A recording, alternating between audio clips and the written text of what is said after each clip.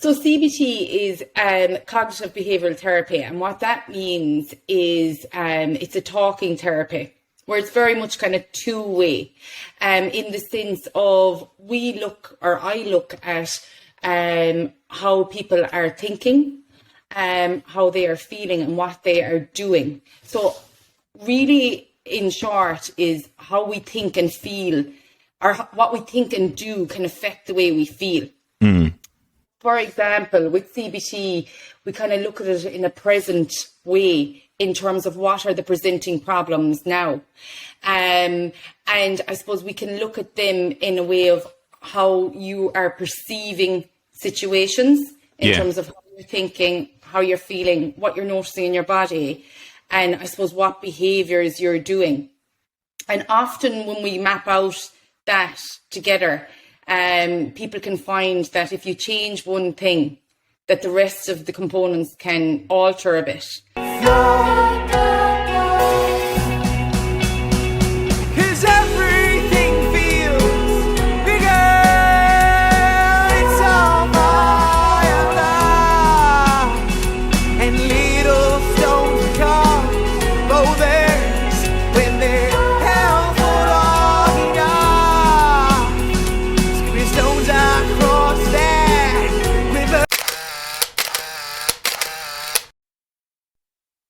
Good morning, good afternoon, good evening, everyone. You are listening to Don't Be Afraid to Talk podcast with James. I believe if we are going to affect change, we must go back to the basic, which for me, in essence, is conversations. Talking and listening is key for growth, and I hope our stories will bring us together and we can draw inspiration from each other. Conversation will include topics such as mental and physical health, trauma and its effect, suicidal thoughts, recovery, and well-being. We will continue to raise awareness and offer a different perspective, a mindset or an idea that could inspire you to take charge of your well-being and to grow as a human being.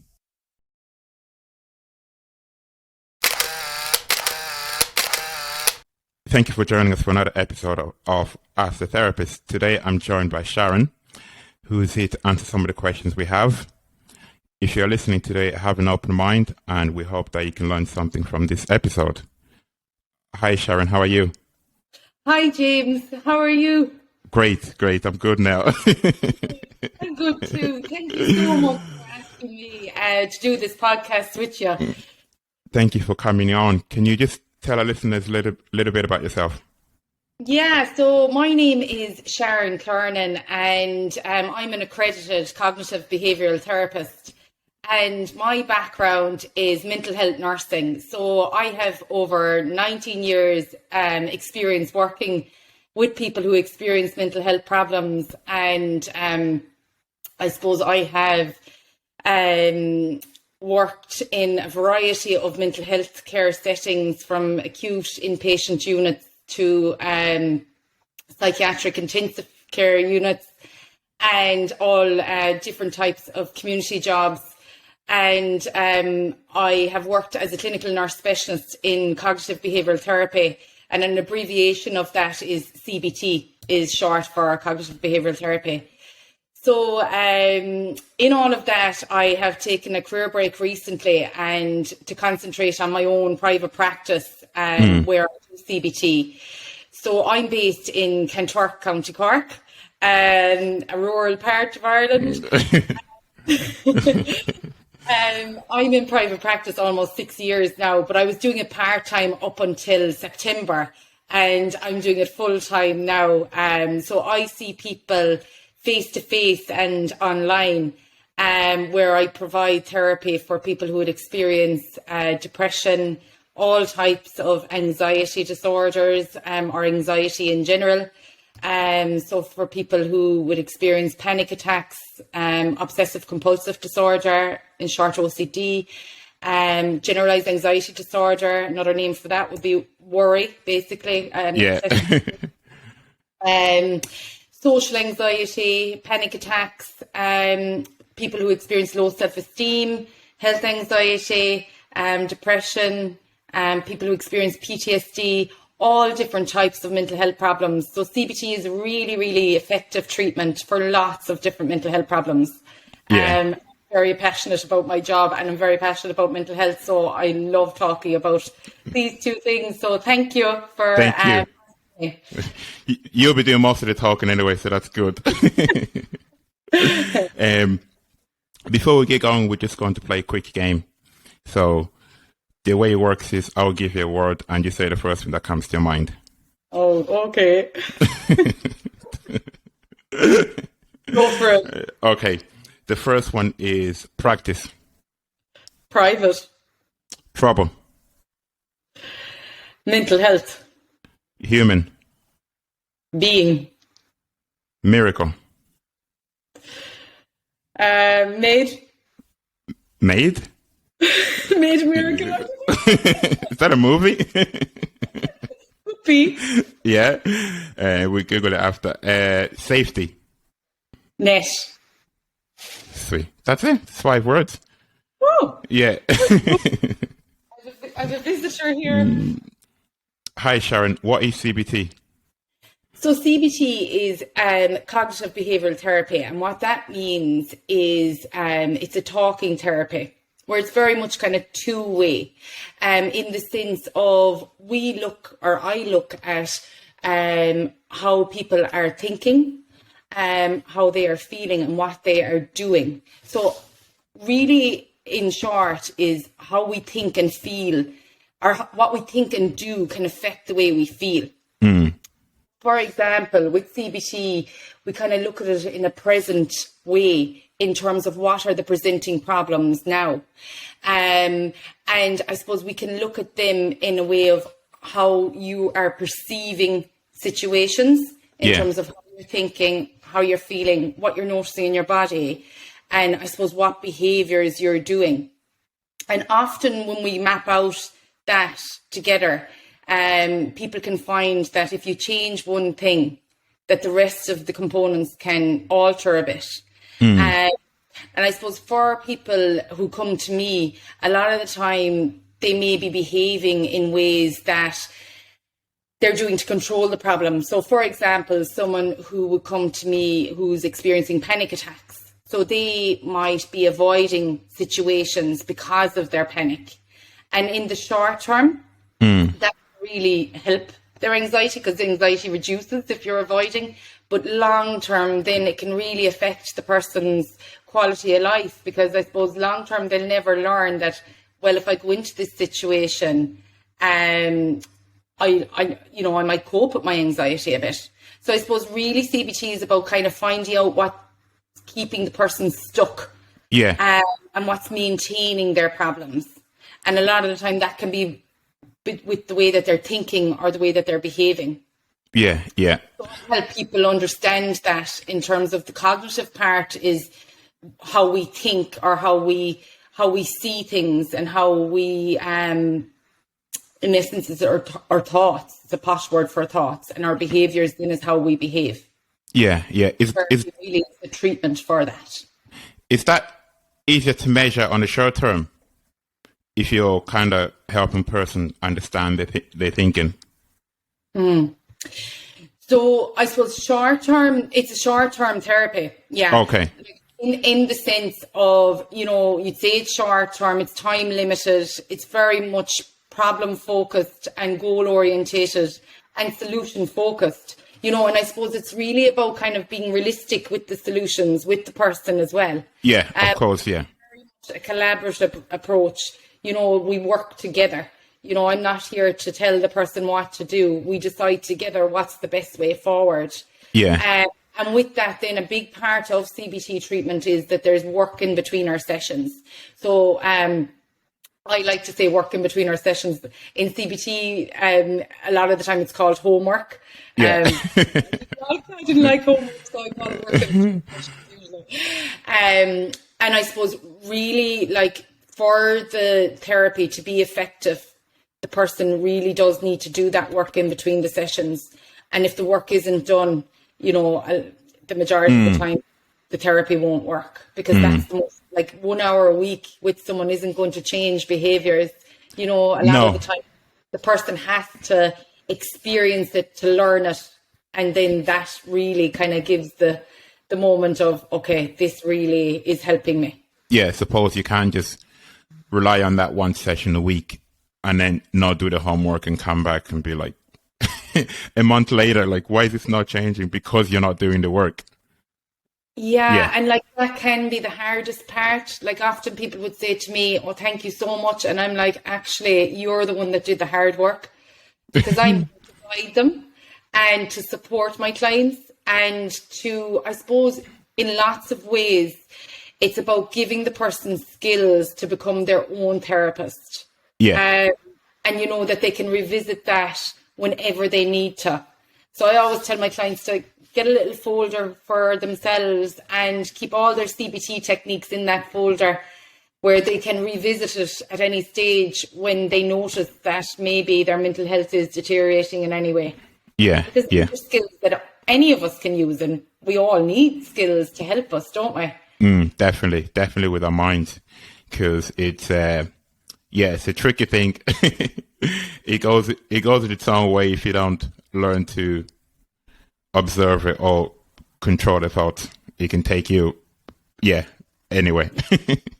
And that's just it, James. You hit the nail on the head there in terms of it's about learning different ways of coping. And I suppose that's what CBT does as well.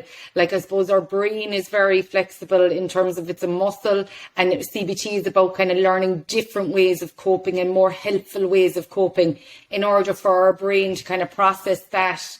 And then hopefully it would automatically go to better stress management or anxiety management techniques rather than the avoidance. Yeah. Great. My next question is, hi Sharon, how do you tell the difference between mental health issue and something that's just a unique personality? Okay, so what I would say to that is, a mental health issue is how we think and feel and how we behave. And for that to be a mental health issue, it has to really affect the person's life in terms of increased anxiety or impacting on their functioning and their daily living or relationships, and really affecting, their life. Whereas a personality is a lot different, isn't it? Yeah, it's more of a character. Yeah, it mightn't be a mental health problem. I suppose at the end of the day, each and every one of us have mental health. Oh, yes. I think that can be really, I suppose, dismissed in lots of ways because of the stigma attached to mental health problems. But I suppose we look at it that we all have mental health and we all have personality.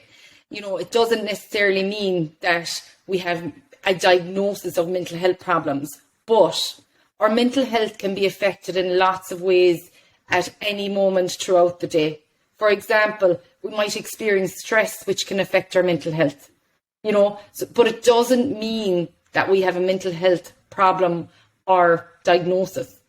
But we all experience some types of mental health issues.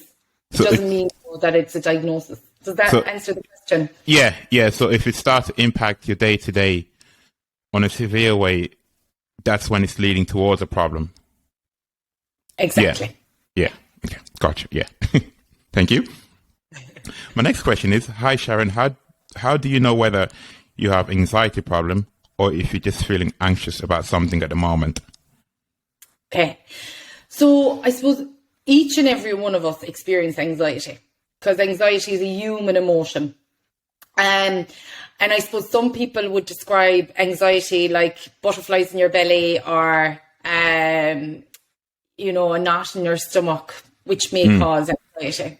And that's the bodily sensation of when we may notice the feeling of anxiety. So a little bit of anxiety can be good for us because it can drive us on. It can get stuff done. Like, for example, if we're doing an exam or we're doing some type of a test, we might have a little bit of anxiety that might drive us on to study a little bit more. Too much of it that's overwhelming, people may avoid or like that leave situations or may engage in certain behaviours in order to prevent the anxiety getting very overwhelming, and these behaviours might be unhelpful in the long term. Like I said about the panic, reduce it short term, but long term not. And I suppose when anxiety becomes a problem for somebody, they may notice that they're avoiding situations that they actually want to go to, but it's their anxieties that's preventing them from doing these things.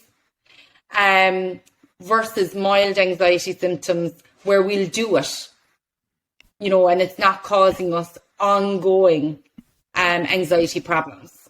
Does that make sense? Yeah. So they say big anxiety, it's where you want to do something, but you don't want to do it. You want to do it, but your body's like, no, we're not doing that.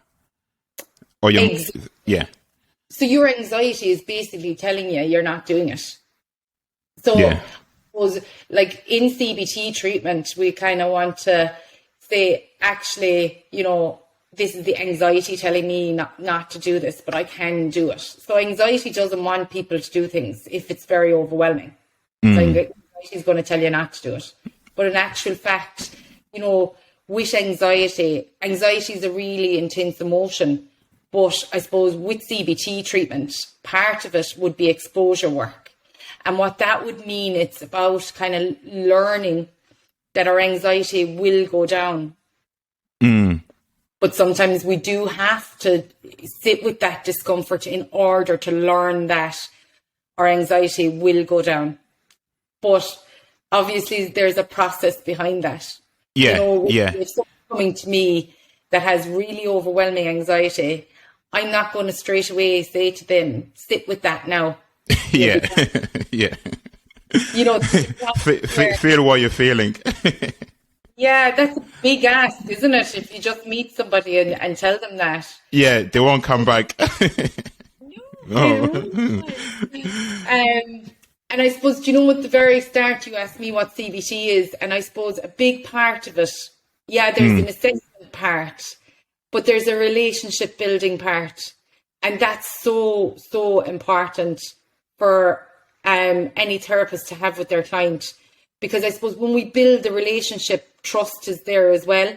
We get to the exposure part of therapy. I suppose, first of all, we need to map out and understand, and that's the thought process of it all, of what is happening for that person when they feel anxious. And then we get to the stage of exposure work, which I love to get to, because that's where the person they learn that anxiety will go down, once I stay with it. But again, it's a process. Yeah. And would some of that process involve like disturbing, like if you feel it coming on, changing the thought straight away to reduce the emotions? Like, think of something that will help you reduce the emotion. Like when I was feeling, before we started, I was feeling very anxious. So is it a case of me learning how to think of something else that will disturb the emotions that's coming up? Yeah, so we have to be careful with that, right? Because, like, I suppose when we experience anxiety or when people, let's is it okay to talk about your situation, James? Yeah. So just looking at that, right? So as you said, you felt really anxious before we got going. Yeah. As you said, then once I get going, I'll be grand. So I suppose what you're saying there then is about changing the thinking. But we have to be careful, is that kind of a safety behaviour in the sense of, is that a way of bringing down my anxiety? I suppose the way that we're working, or the way that you're working, you're doing it more behaviourally, in the sense of, you're keeping on going with these podcasts despite the anxious feelings that you have. And I'm wondering, even to ask you now, what are you learning from that? When you get going, what happens to your anxiety? Oh, like once we do the initial part, after that I'm fine.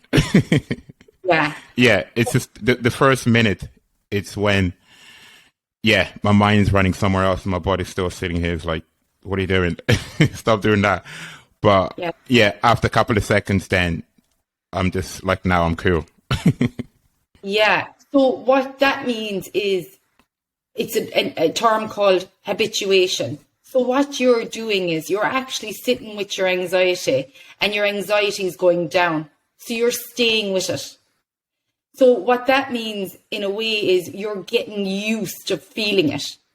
And the more you do of it, which you are doing, and you're doing so well, by the way, the more you do of this, the more that you'll get used to doing it. I suppose, when you asked about the thought, change the thought, well, one technique I would suggest maybe might be helpful for people is, grounding yourself to the present. Do you know the way you were saying your mind goes off and that might create the anxiety then if that does happen for people with racing thoughts or overthinking. So like what can be really helpful is to ground yourself, the here and now. And I would strongly suggest as well 7-11 breathing or some type of breathing technique where the out breath is a bit longer because that's what brings down our blood pressure. And that's on my Instagram page if anyone wants to look at that under stress management. But I think that would be really helpful for all of us when we get anxious. And the beauty about it is we can do it anywhere.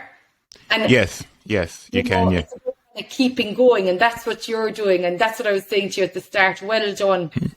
Because I know it's not easy to get going and keep going. Yeah. I'll get better at it. Yeah. You're doing it. You're not even trying. You're doing it, and well done. My next question is, sorry, where are you questioned for? Okay, yeah, sorry. I'm going to have some water. Yeah.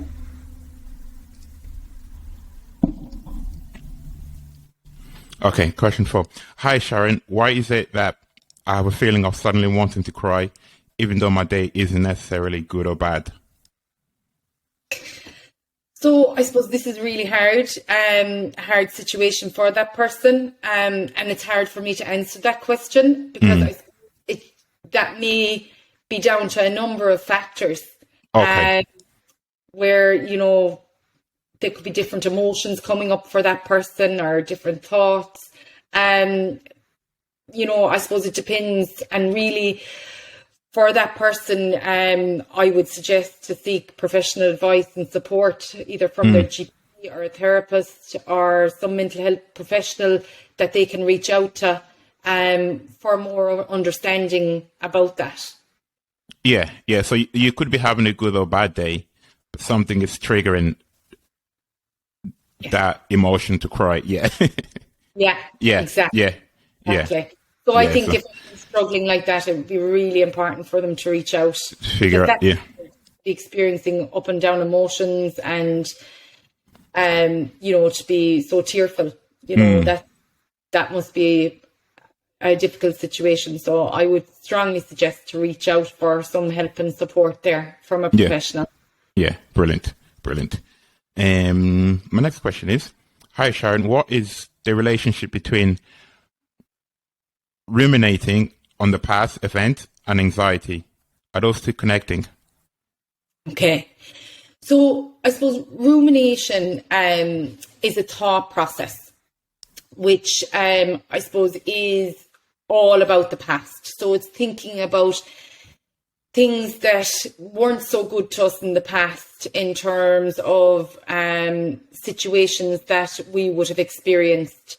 And we may think about them a lot, which can lead to us having a lot of maybe perhaps regret or shame about situations that we have experienced, which may lead to thinking, if I did this, well, then my life would be different, or, things that we can't change because it has happened in the past. But a lot of the time that thought process is a behaviour that people can engage in as well.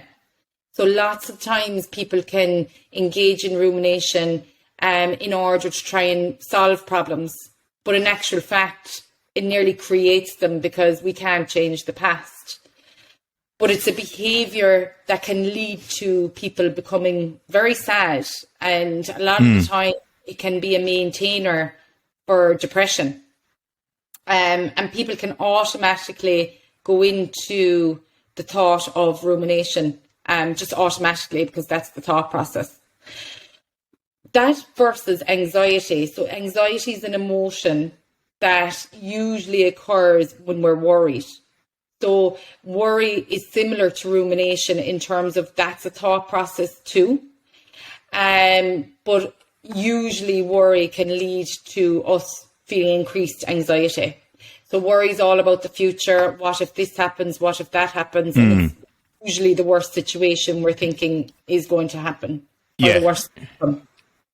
So they are similar, but rumination is usually leads to people being depressed, and it can create anxiety as well. But worry is the main one for anxiety, because it's all about the future and future focused. So with the two of them ruminating, obviously when you're doing it, there's no end. Like, you're just constantly running your mind through an old tape. You're just replaying those scenarios over and over again. What worry, you could stop worrying because if you know how to stop worrying, because the event in the future hasn't happened yet. Yeah. Well, with rumination as well, you can stop that too. So I suppose, again, it's a behaviour, and it can become a habit for people. And it's nobody's fault that they're engaging in these behaviours, because these are ways that people can cope in order to manage whatever mental situation health they're experiencing. Yeah. And I suppose lots of people who would come to me may not be aware that they're ruminating, and they could be all day ruminating, which is maintaining their emotional problems. So I suppose in a way it can be stopped, it can be changed, the behaviour can be, or the habit can be broken. With worry, again, it's a habit that people can engage in, and it's a behaviour that people can do in order to cope. And again, that can be broken. Like, both of these symptoms are very, very treatable with CBT. Just about, and I suppose that's where it comes in with the assessment of CBT, like formulating with people. Like, there's all different models of treatment for with CBT treatment. Like, for worry, and I know there's a question there, James, about generalized anxiety disorder. Like, generalized anxiety disorder is basically someone who's experiencing excessive or constant worry with the past 6 months, with more than 6 months, 6 months or more, with symptoms then such as maybe poor concentration, physical tension, exhausted, feeling tired, fatigue. They're the main restlessness. They're the main kind of symptoms attached with worry. And I suppose the diagnosis or the label, well, some people don't like diagnosis or labels. But I suppose, some people don't. And I always ask people that, actually, because some people love it then, because they know what's wrong with them. It can be so reassuring that this is something that other people have. So it's interesting. Everyone's so individual. But the term for it anyway is generalized anxiety disorder, and that can be abbreviated as GAD. Yeah. And I suppose, in a nutshell, that's the criteria that I would come under to treat that type of problem. Yeah. And this is not one of the questions, with labels, do you find that once there's a label on something, person feels better? As in, like, okay, this is what I have, at least they know what it is. And other people will be like, no, why are you giving me labels for? Because some people don't like labels. Yeah. You know what? The majority of people that I would see actually feel reassured that, oh my God, this is something.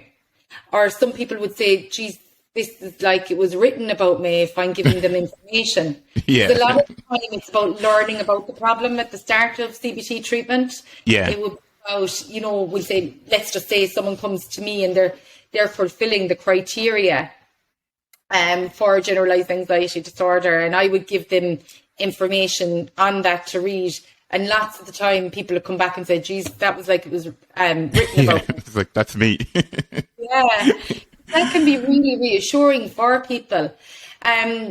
And I suppose, like, I would have, like, there's all different models of treatment. So I would base treatment based on whether that person is happy for us to go ahead with treatment for whatever the problem is. Yeah. For people who don't like a label, that's okay too. I'm not, that is totally fine. Everyone's individual. And then we go with, well, what would you like to name it? Yeah. And that's fine. It has to be collaborative, because what I would say to people actually is, I can tell you my professional opinion are under a criteria of what I think you're experiencing. But I always give the person the information going away and ask them to read it. And you come back and you tell me, does this fit you? And we'll go on with treatment then. Because really, it's a collaborative approach, and like, there's no point in me thinking something and the other person thinking something else. Yeah. Therapy doesn't work then. So it's being very open and honest. And that builds our relationship then together as well. Yeah, that's important. That's very important. My next question is, I'm going to skip 2 questions because I added something else at the end that I forgot to send you, but it's not a question, it's just me being nosy. Yeah. Okay, I'll go to question 7. So, hi Sharon, is social anxiety disorder the same as social phobia? Yes. Yeah, okay. They mean the same thing. Yeah. This different scientific word and... Yeah, I suppose social anxiety and social phobia, they come under the same thing in terms of treatment. A lot of the time, again, it's about learning what it is, education around it, through therapy treatment as well, mapping it out with the person, what's your thoughts in a social situation, what you perceive as threatening in that situation. And then a lot of it is, what you focus on, what are you self-conscious of in that situation. And a lot of the time, people who have social anxiety or social phobia would say that I'm being judged by others, or I believe I'm being judged by others, or others are thinking negatively of me. And because of that, then people can focus on how they're coming across to other people. And, because of that, then it can create more anxiety, because if I'm focused on how I'm coming across, well, then I can't engage in everything in terms of a conversation and how I'm coming across and focus on us talking to one another. So there's a lot going on for people who experience social anxiety or social phobia. In the sense of, we have the anxiety symptoms of maybe heart beating faster, maybe possibly shaking, mind going blank is a very common one for people who is socially anxious. And then I suppose people can engage in behaviours then to try and prevent all of that. Some of which might be avoidance, leaving situations, scanning for exits. How do I get out of here? Yeah. Not maintaining eye contact, or, a big one then would be maybe changing focus, a direction of conversation back to you, like asking you lots of questions rather than the limelight being on that person who is feeling really socially anxious. So they're just common symptoms that people would experience because of social anxiety. But it's so treatable with CBT, and I actually treat lots of people who experience social anxiety, and it's so rewarding seeing people get better. Yeah. It's the best part of my job. I love it. Great. Yeah, it sounds like when we're talking about labels, if I had one of them, I think I prefer to use the word phobia. I don't know. I just think it sounds... I think if I see it as a phobia, I can disidentify with it in the terms like, this is what I have. It's not what I am.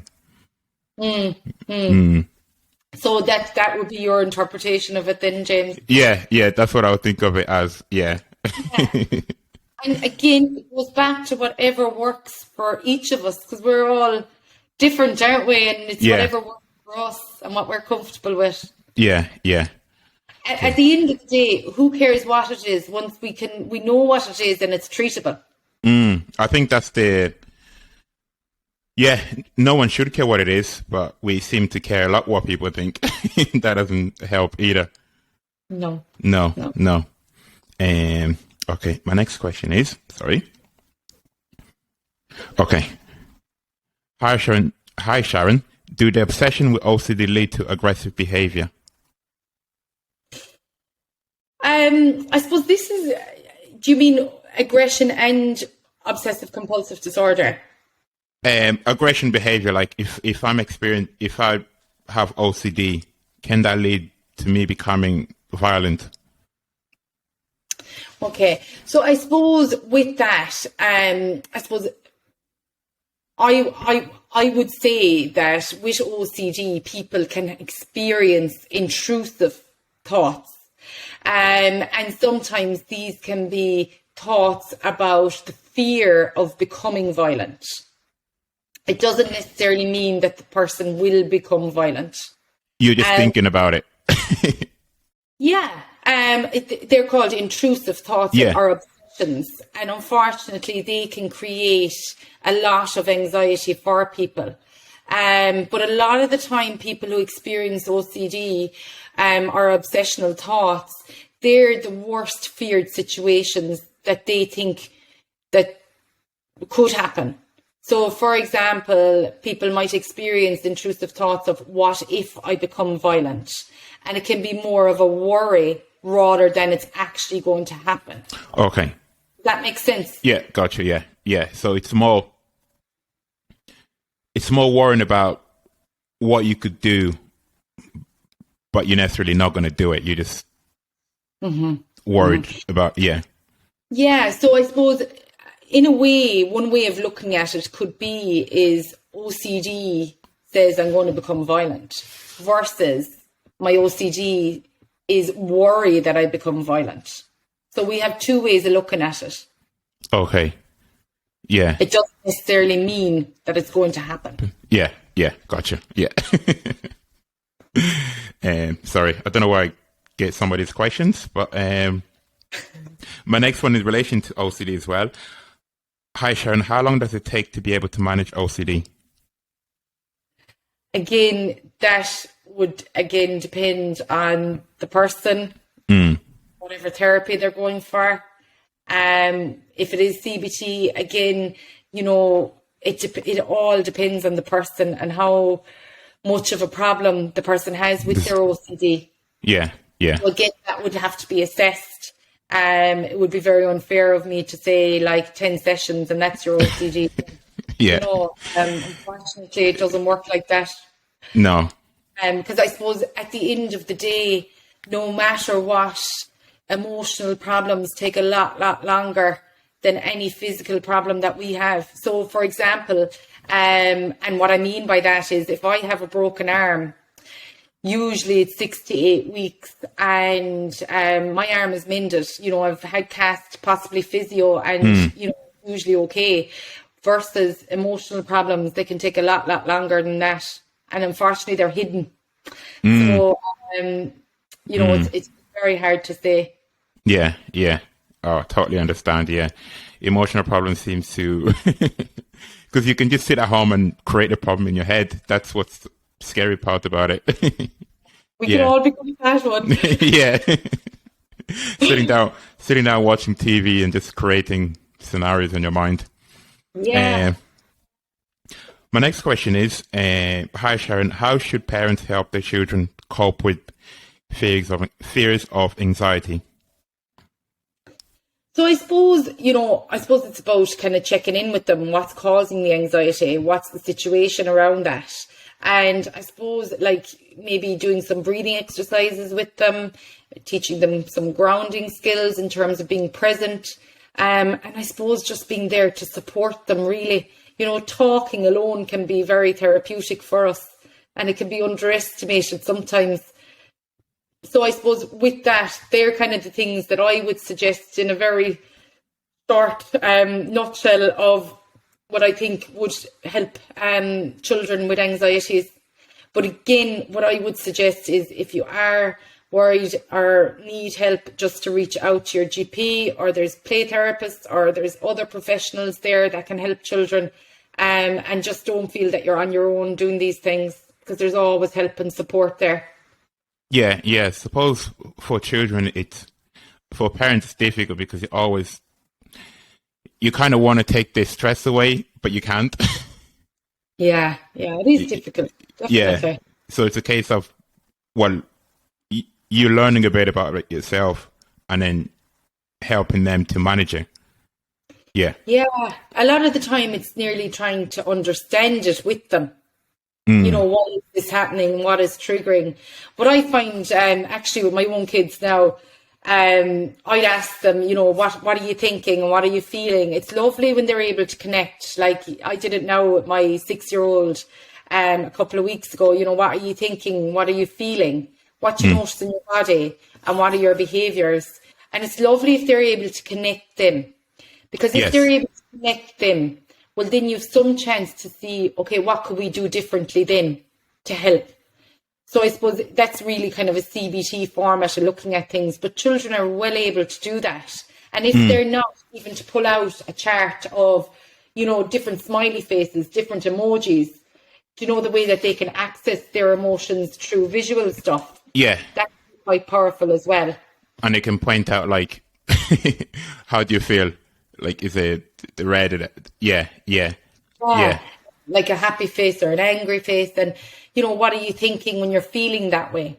And just for them to kind of, I suppose, check in on what their thoughts are and what their feelings are. It can be a good way of kind of educating them about their mental health, really. Yeah. So it's more around asking them the what questions so they can kind of put their own names to it, what it is they're feeling. Yeah.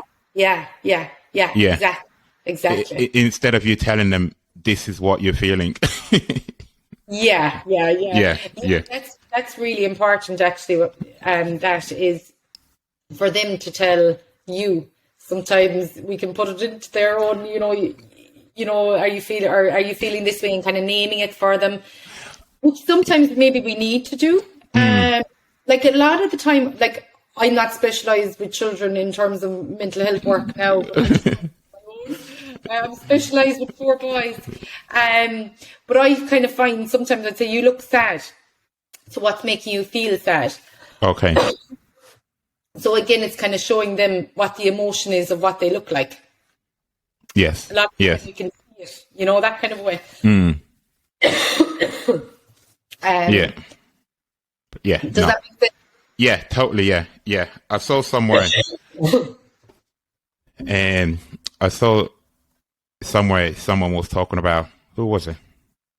Can't remember who it was, but like that in relation to children with anxiety is, if you ask them why questions, they wouldn't know what, like, it's a defensive question, why?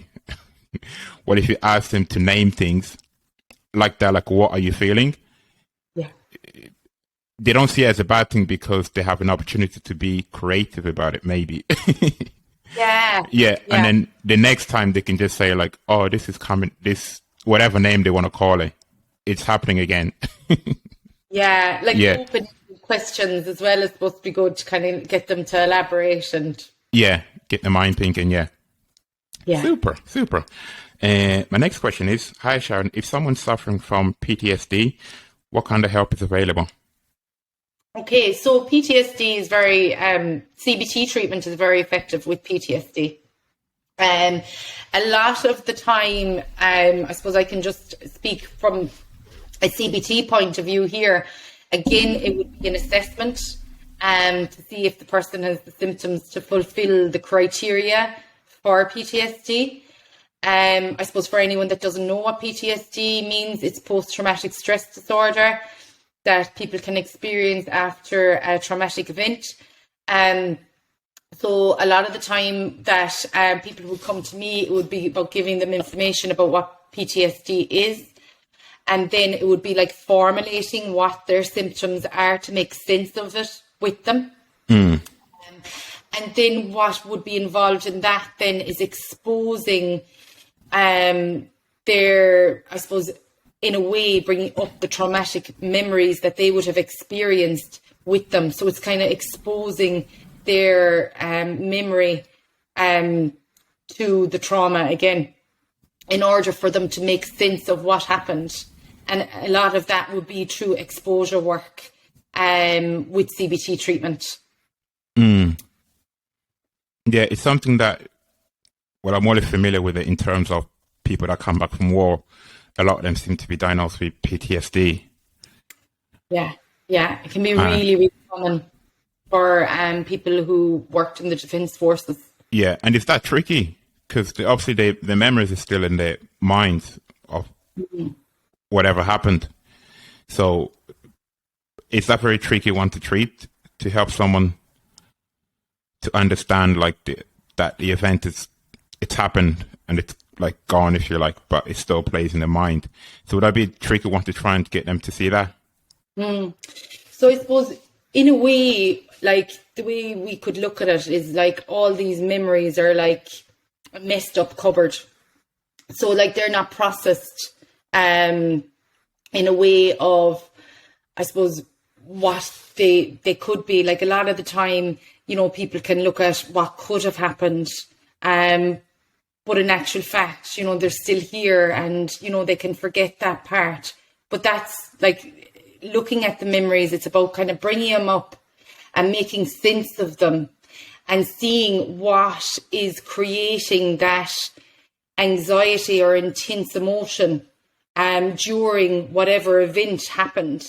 And I suppose that's like processing the memory in a way of like, it's like folding up all the messy cupboard and processing the memories and putting them back into a nice, neat cupboard. It's not easy. There's no point in saying this work is easy, because it's not. But I suppose that's where my job is, to support that person through a therapeutic environment and to go through all these, I suppose, memories that maybe they've blocked out for a very long time.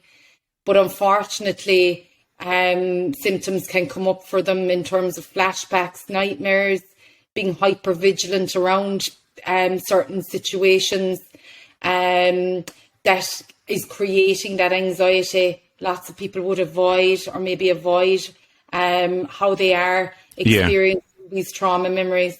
So I suppose my job with that is about kind of trying to help them process that memory in another way. Does that make sense? Yes. I'm just kind of imagining things in my head. What you're talking about, the messy cupboard, I was like, okay, rearrange that. And yeah. No, that makes sense. Yeah, sorry. Yeah, the next two questions was the two that I was going to leave out, because I wanted to ask you about your the work you're doing with the schools. Oh, yeah. So let's talk about that. So how's that getting? So what is it first? Sorry. So for someone, what is it first? And you know, I never said that in my introduction, actually. So thank you for asking that. It's fine. So that's a new part of my business that I've expanded on, is doing mental health workshops with secondary schools. And I'm actually doing it with other organisations now as well in the local area. And what it involves is teaching students about mental health, what mental health is. And I suppose I have a workshop actually tomorrow as well. Lots of schools have reached out, and it's been so effective. In terms of, like, I suppose I focused on stress and anxiety for students, because I suppose that's the big thing, isn't it? Yeah, and that's what most of them will be suffering with. Yeah, we can relate it, because we can all experience stress and anxiety for different reasons. So I suppose a lot of it is about education around that. And then I teach them coping skills and how to manage that. And then we actually do a case study at the end of it then, where the students can see. It's one of my friends actually, we did a scenario for me. She's one of my pictures.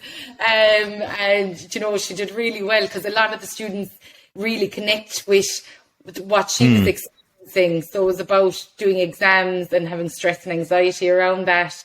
And the students really engage in that part of it because they can really, I suppose, relate to it. Yes, definitely, yeah. And that's where you can really see where they can connect what a thought and a feeling and their behaviours and how they're all connected and how our body responds to stress and anxiety. And with that then, you know, it's a really good way of creating awareness for the students. Definitely, yeah. What behaviours now would help them rather than maybe procrastinating, which a lot of them would identify with, which we can all identify with, I'm sure.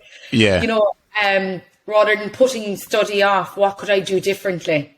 That's it. Especially for children would have, like, say, exams coming up. You know, like that's stress is like over the roof. Definitely. So, like teaching them how to bring it back down. Like we didn't have that when I was going to school. How did you end up doing that? So I suppose a few years ago, when I worked in the HSE, I would have done workshops with third level students in UCC, teaching them about mental health and mental fitness. And I really loved that part of my job. And from that then, I also developed a module on understanding mental health for FETAC level 5. And I tutored a module in that for a number of months. And I loved the teaching part. And I was like, God, you know, I really want to get into this because I love that part equally as I love one-to-one therapy. Yeah. So it was actually a teacher contacted me to see if I'd do a workshop with her students. And then I was like, oh my gosh, this is brilliant because this is what I really, really want to do. Yeah. Then I put it out there on Instagram and, you know, I've had a good few schools contact me off their own back, actually. I haven't had a chance to advertise it myself outside of Instagram yet because I've just been so busy. So it's kind of developed on from there. I've actually workshops booked in now for 2022. So it's brilliant. You know, the schools... It is. It's definitely what kids need to learn in school. One of the main things they need to learn because you can't escape stress or anxiety. You know, you leave school with it, but if you get those tools early, it can help you like in a major way. Oh, big time. And like you said there, James, I definitely didn't know what stress or anxiety was when I was in school. I wasn't taught it. I wasn't taught about thoughts or feelings or anything like that. Yeah, like feelings. What? Yeah, what are they? But, you know, it's lovely that the schools are acknowledging it and the teachers are reaching out and they're seeing that students are struggling. You know, so it's great. I love it. And I love being able to offer that service, you know, to schools and to other organisations as well. So it's great. Yeah, no, it's great. That's really good because if anything they need in schools, less stress. Definitely. Yeah. Less stress. Yeah. Especially if you're doing your leaving cert. Yeah, definitely. Definitely. Yeah. You know. And this is not a question of what I have here, but what do you like to do for fun? What's that? No, what's for fun? I love, my children are trying to break in there now again. I love spending time with my kids, like proper time. I find that really fun, and it's funny, you know, to even watch them and see their conversations and stuff like that. I also, I better mention my husband. Rarely get time alone, but when we do, we really enjoy, you know, having that fun and family. You know, being around family, having fun time with them. And friends. Love the crack. I love going out. I love socialising and, you know, having a few drinks and dinner and chats with my friends. Love all that. Yeah. So love the bit of crack. Brilliant, brilliant. That's all my questions I had for today. That's all my questions. But, no, thank you. Your children trying to break into the door. They're like, "What's going on?" I know. They're training. They're having breaks in and out of the car. There's one of them out training. Thanks a million for having me on. Is there anything you want to ask me now? Yeah. Okay. Right, just a second. Take your time now. Yeah. Yeah, it reminds me why I didn't like to do this, but now I'm in it. No, I do enjoy it now. I do enjoy it. Once the conversation is happening, I'm good. Yeah, I think you're doing great. You're facing your fears. Oh, big time. Yeah. 6 months ago, I would have been like, not a hope. Yeah, not a hope. Okay.